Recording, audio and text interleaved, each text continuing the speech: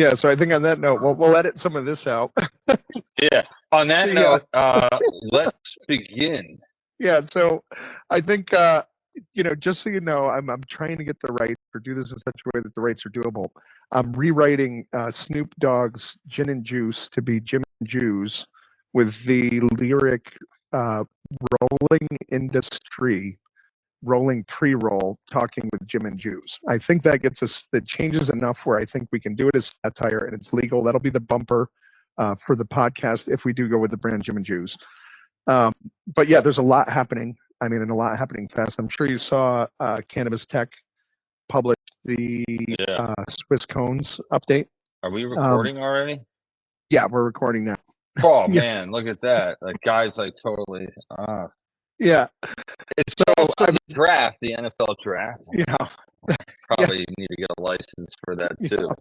I didn't do anything for 420. Does that make me a square? Like I didn't do anything else. You know, there was really interesting piece that was written, and I got to go find out who it was. I thought it was so interesting, but it was a guy who said, like, should the industry give up on 420? And his argument was about consumption, right? It's a discount holiday, but it doesn't increase the consumption of cannabis. And I thought that was a really interesting thing. I would say I'm not for it. I think we should keep 420. You know, let's do bright red disclaimer. I'm for 420, right? However, I always there's a lot of people who like contrarian thoughts, and I thought that was kind of interesting. A lot of people in the low dose beverage space, which I personally enjoy. But there was another report that the strongest sales, most consistent sales have been 10 milligrams of a beverage. Yeah. And I just find all that to be very interesting. I think that I had some the other night for the first time. Split one with my wife. It was the first time on purpose. I went to Revelry, New York, and I thought I was being smart because I wanted to talk to some of our clients out there. And I was watering down a martini with what I thought was seltzers, and I had 3 of them. And it turned out to be the guys from Heirloom up in Syracuse. It was their beverage. And I probably did back a little bit later. Well, I was supposed to stay with Al that night, and I go down on the street. I'm like, I'm starving. I need some street meat. And I told my ace man Rafiki, I'm like, give me lamb and chicken, no rice combo, white hot barbecue, $2 extra lamb. And then I dropped my fork on a New York City sidewalk. And my brain yelled, dirty fork. And then instead of going and getting a new fork, I started eating the meat with my hands. And I saw myself in the reflection of a window and was like, I'm intoxicated. I realized what had happened. That I had 3 seltzers. It was at that time that Jim realized he had overconsumed. You're like a walking advertisement. Oh my gosh! I looked into the window and I saw me. It's like that scene. We can't repeat it here, but Sam Rockwell, and White Lotus. Yeah. I saw me eating my own food, realizing I can't be this man anymore. Yeah. And so since then, you've been hitting the gym twice a day, I guess. No, I actually went and pursued some on purpose. And I think my problem was I just assumed that if it was cannabis, it was going to have some kind of stranger top. So I assumed the fact that it was just a pop top, that it wasn't cannabis. But that was my fatal flaw. We had some the other night, and we split one, and it was plenty, and it was pleasant.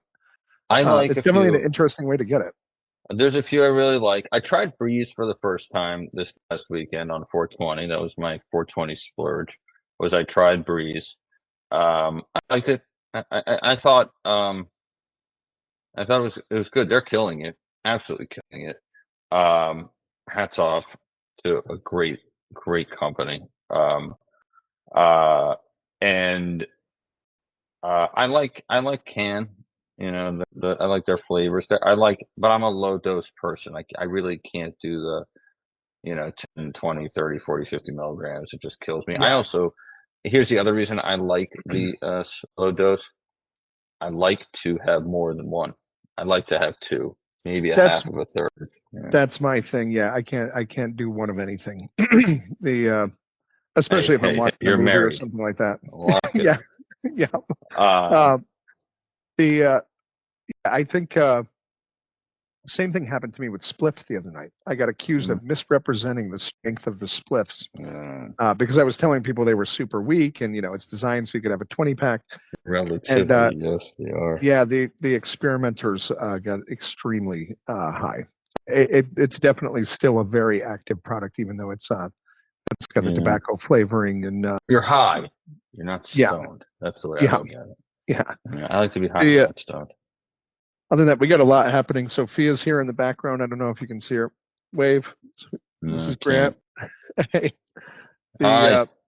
So she's pulling together a ton of activity for MJUnpacked. We're in the app setting up meetings and the referral program. I think we have about 20 grinders cool. available, and we doubled the refer fee on that, and we're trying to drum up some information there. So I think that's going really well. We did just get a referral deal, not only for grinders but for a bunch of Pro 2 machines. Dealing with that. But I think Did you see that pre-roll machines pre-rolls as a category continue to outgrow everything else? Say it one more time. I had to charge. I said pre-roll as a category continues to outgrow. Yeah. The market. Yeah. I think we're in a good position. We had a lot of activity today. Partly because we did send that email about the Swiss cones machines moving to Iowa out to about 1,800 of our closer tell me contact. what excites you the most about Swiss cones. Hit me with it. Hit me with the horns. Right now, I think the security against the tariff chaos, whether or not it's real, whether or not it's last, the fact is it is currently chaotic and risky. That seems to be resonating with a lot of folks that are really thinking about the business in the future.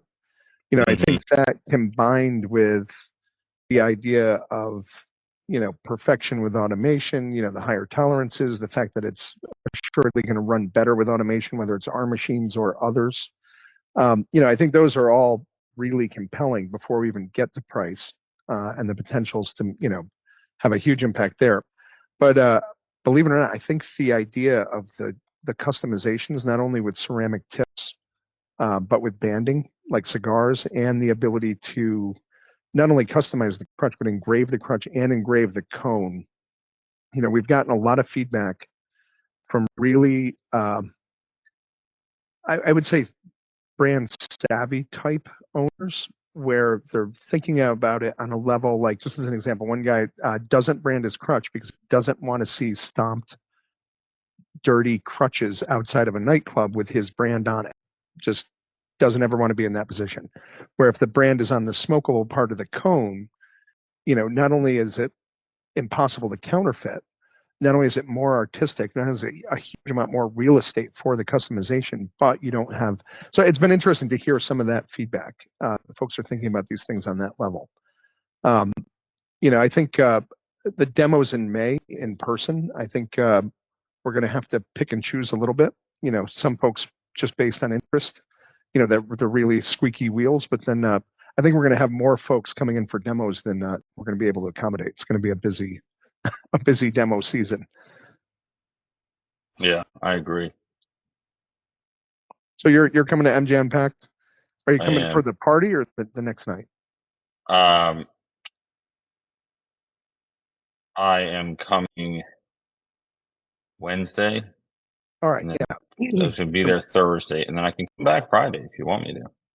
Yeah, I think Wednesday is the Fairchild party. We're going to sponsor the 3-point basketball challenge, which we put together about 250 spliffs, and we're making little kits.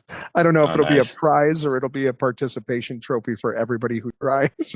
But we'll also have a booth in the tent. We'll have a booth at the show too. I think Al's coming in. I don't think Kevin's coming in, but I do think a few of the folks in the office we might want to invite just for fun. There'll be a big span between the show and right away. Yeah. Yeah, I'm looking forward to that. I gotta get set up. I got all the Nimlocks here. I'm gonna do a couple trial runs this weekend before coming down, but it's gonna be a good show. The MJUnpacked folks do a good job. It looks regional, but it's definitely more of a national show. Kevin Mhm. was thinking about coming out just because he's hearing from so many of the Californians that they're also coming out.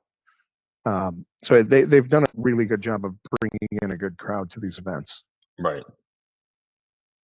I'm hammering Makes on sense. Zed to get you on some panels here too. I think the Hammer timing's away, right. man. Yeah, yeah. The yeah. What else do we have going on? I mean, the cones thing is really pretty amazing. I think we're talking to not only like the industry folks, but even like legitimate journalists that happen to be on the cannabis beat, and even ones that aren't on the cannabis beat, but are just find the whole defense against tariff things fascinating. In fact, I just got an invitation from Fat Nugs. I got to talk to them at 3:15. Ooh, Fat Nugs magazine. Can we still say fat? Is that legal in the modern era? I don't know. I mean, depends how you spell it, I guess. Yeah. But Yeah, I think I was hoping Carl could come to the show too. Were you in that call the other day when he saw the mouse and got distracted? yeah, that was. Let's not talk about that. Yeah, so Yeah, we now have an extermination budget for Carl's office. yeah, that was unfortunate call to Yeah, the landlord. know, yeah, what can you do? yeah. I don't want to drop a bunch of names, but we just got a bunch of old friends engaged this week. So I don't know what. Oh, sorry, I'm reading my email in real time. In fact, here's another one. I don't know what's going on right now, but everybody is all of a sudden very excited to talk to us again. So I think Oh, we're gonna have a busy year. I'm okay with that. I'm all right with that. Bear with me here 1 second. But yeah, I couldn't get the bluegrass written. I do want the Snoop Dogg written in bluegrass, kind of like the Gourds did, but with the lyrics changed. But we'll have that soon. And then what else are we? What else are we shooting for um, with the Keef coder? I know I've been trickling out Oh, information about it, but I haven't super actually sent any excited. pictures. I've only sent pictures of a finished unit. Units, yeah, that's all we're doing And right now. But yeah, I've been May, kind of end of May, we'll have everything running as a showroom, an undisclosed location. Where, yeah. but everybody is more than welcome to come check it out, and I think it's going to be pretty cool. Yeah, So, I'm pretty jazzed up about it. I did have a call today where the V1 was amazing. Operating the V1 in line with the Pro 2, where one robot's feeding the finished pre-roll into the V1 and keep coding them. I think that the confection style worked. We proved that. I think the SOP this on is the way better. adhesive, yeah, that was where This is way it better. wasn't a problem, but the SOP was so strict. I think the thing I've been leaning on now when I talk to folks is that this thing is so much more accommodating that we can do it with honey packets from a diner and cornmeal in the Maryland facility, and it not only works, it works well, looks great, and we can launch it across the room and none of the keef comes off. You can carry it in a tube, there's no friction burns. I mean, it really is, I think, a pretty major elevation. I think we'll figure out how much we're able to show, not in person, but I feel like the audience is pretty ready for a change. The folks that I Yeah, talked to just before this call, they're doing about 1,000 an hour already, and I think they're interested in 2 other markets. So I think even though they have a solution, and we've talked to a lot of people that have figured out a manual workaround that's pretty efficient, even with a small team, I have a feeling everybody's ready for